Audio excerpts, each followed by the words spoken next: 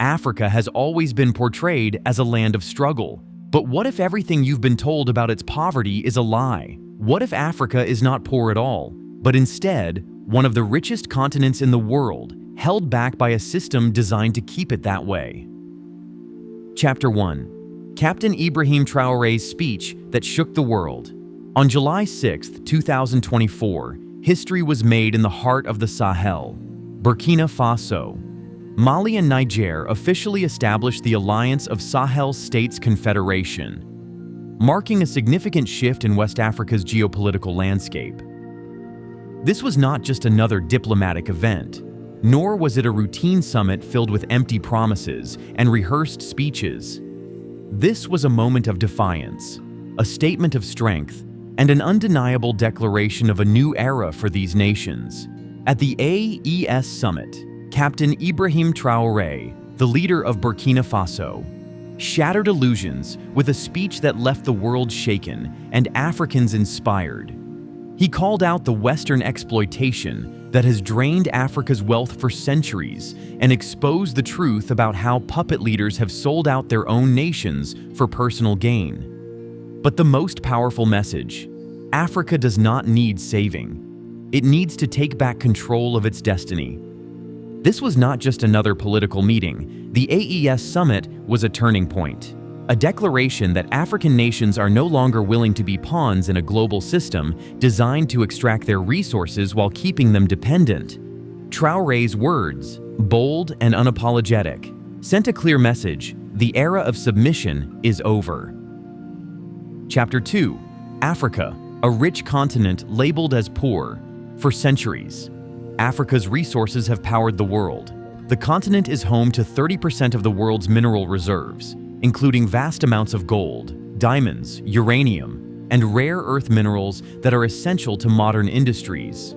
Yet, Western media continues to brand Africa as a place of poverty, war, and corruption. Why? Because acknowledging Africa's true wealth would dismantle the carefully constructed system that keeps it under control. Take Niger, for example. This West African nation holds some of the world's largest uranium deposits, a key resource for nuclear energy. France, which has long depended on Niger's uranium to power its cities, purchases it at absurdly low prices, while more than 80% of Nigerians lack access to electricity. The irony is glaring. Niger's resources light up Paris, while its own people sit in darkness. Burkina Faso and Mali tell similar stories. Gold from these nations fills the vaults of foreign banks, yet local communities near the mines suffer from poor infrastructure, a lack of clean water, and underfunded healthcare. The cycle is clear: Africa produces, the world profits, and Africans are left struggling. Chapter 3. The role of puppet leaders in Africa's exploitation. At the heart of Africa's continued exploitation are leaders who prioritize foreign interests over their own people.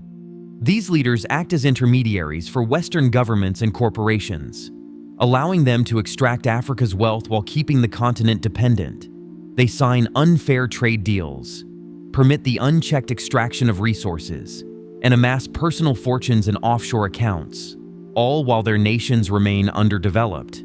These leaders present themselves as democratic champions, but their policies tell a different story.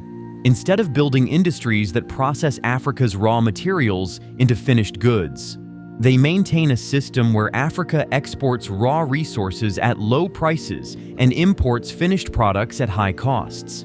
This cycle stifles local economic growth and ensures Africa remains trapped in dependency. Chapter 4. The Western response. Whenever an African nation attempts to break free from this system, the response from the West is swift and ruthless. Sanctions, political interference, and economic blockades are used to punish countries that challenge the status quo. Look at Niger.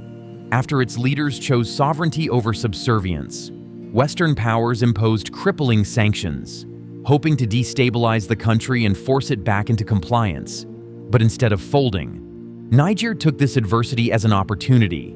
It strengthened its internal systems, fostered regional alliances, and invested in local industries. The result? a more resilient nation that is proving Africa can stand on its own. Mali and Burkina Faso have faced similar economic warfare, but have responded with determination, pushing forward despite the challenges. Their alliance with Niger through the AES is a game changer, showing that when African nations unite, they can resist external pressures and forge their own path. Chapter 5. Rejecting the Narrative. One of the most profound messages from the AES Summit was the rejection of the poverty narrative imposed on Africa. Africa is not poor, it is being robbed, and the only way forward is for African nations to take full control of their resources and economies. This means investing in local industries instead of exporting raw materials at low prices. It means fostering regional trade instead of relying on Western markets. It means rejecting foreign aid that comes with hidden agendas, and instead building self-sufficient economies that prioritize African interests. Niger, Mali, and Burkina Faso have already taken steps in this direction. By refusing to allow foreign corporations to exploit their resources without fair compensation, they are setting an example for the rest of the continent. If more African nations follow suit, the system that has kept Africa in economic bondage for centuries will begin to collapse. Chapter 6. A bold stand against neocolonialism. The theme of true independence echoed throughout the summit. Captain Traoré didn't hold back when addressing the reality of African independence, or rather, the lack thereof. He called out the so-called independence of the 1960s, exposing it for what it really was, a superficial arrangement that left African nations politically autonomous but economically shackled. The wealth of Africa has, for decades, fueled foreign economies while its own people have struggled under the weight of instability and underdevelopment. His speech resonated deeply, especially when he boldly stated, "We are not going to tremble, we are going to face up to it." There was no hesitation in his voice, no room for doubt. This was a leader speaking not just to the heads of state in the room, but directly to the people of the Sahel, those who have endured poverty, conflict, and the devastating consequences of foreign interference for far too long. Chapter 7. Security and the Fight Against Terrorism. Of course, no discussion about the Sahel can be ignored without security. For years, Mali, Niger, and Burkina Faso have been plagued by terrorism, armed rebellions, and organized crime, much of it exacerbated by external actors and a lack of regional coordination. But that is changing. Colonel Assimi Goïta, president of Mali, emphasized how the signing of the Liptako Gourma Charter had solidified a collective commitment to combating terrorism. He didn't just talk about strategies, he presented results. The joint military operations of AES nations have already started dismantling terrorist networks, proving that when these countries work together, they are a formidable force. Beyond military intervention, the security strategy is evolving to tackle deeper issues, including armed banditry, rebellion, and all forms of external aggression. General Abdourahmane Tiani, president of Niger, reinforced this point, highlighting the importance of sovereignty in maintaining long-term security. He made it clear that the AES is not just reacting to threats, it is actively building a new system that prevents instability from taking root in the first place. Chapter 8. Economic Independence. But what good is security without economic stability? One of the most critical aspects of the summit was the emphasis on breaking free from economic dependency. The leaders of AES understand that military victories alone will not secure their nation's futures. Economic strength is the key to true independence, and they are wasting no time in making that a reality. Colonel Goïta outlined concrete plans to transform key sectors like transport, communication, culture, and mining. These aren't just words. They are the foundation of a strategy that prioritizes self-sufficiency over reliance on external aid. By investing in infrastructure, building roads, developing airlines, and boosting the extractive industries, AES is ensuring that its resources benefit its own people first. General Tiani took this even further, emphasizing food security and economic and monetary independence as top priorities. The goal isn't just to survive, it's to thrive. For too long, Africa has been trapped in a cycle where wealth is extracted while food insecurity persists. That cycle ends with AES. By strengthening regional trade, promoting interconnectivity, and ensuring fair control over natural resources, these nations are taking the necessary steps toward a prosperous and self-sustaining future. Chapter 9. The Spirit of Unity and Brotherhood. If there was one thing that defined this summit, it was the overwhelming sense of unity. There were no forced handshakes, no empty diplomatic gestures. This was genuine solidarity, built on shared struggles and common aspirations. Colonel Goita praised the values of fraternity and cooperation that now define the AES, calling it a model of cooperation in all fields. This isn't just about military alliances or economic deals. It's about a shared vision for a future where Africans are no longer second-class citizens in their own lands. Captain Traoré reinforced this by calling on the people of the alliance to always prioritize the greater good of the region. This movement won't be easy. There will be resistance, there will be misinformation, there will be attempts to undermine this unity. But if the words of Captain Traoré, Colonel Goita, and General Tiani are any indication, these leaders are prepared for whatever comes next. The AES isn't just about 3 countries. It's about a vision that could reshape the entire continent. Other African nations are watching closely. And if this confederation succeeds, it could inspire a larger movement for self-determination across Africa. This summit wasn't just about policy discussions or diplomatic agreements, it was about rewriting the future. Chapter 10. The Importance of African Unity. The AES Summit emphasized a critical truth. Africans are not just neighbors, they are family.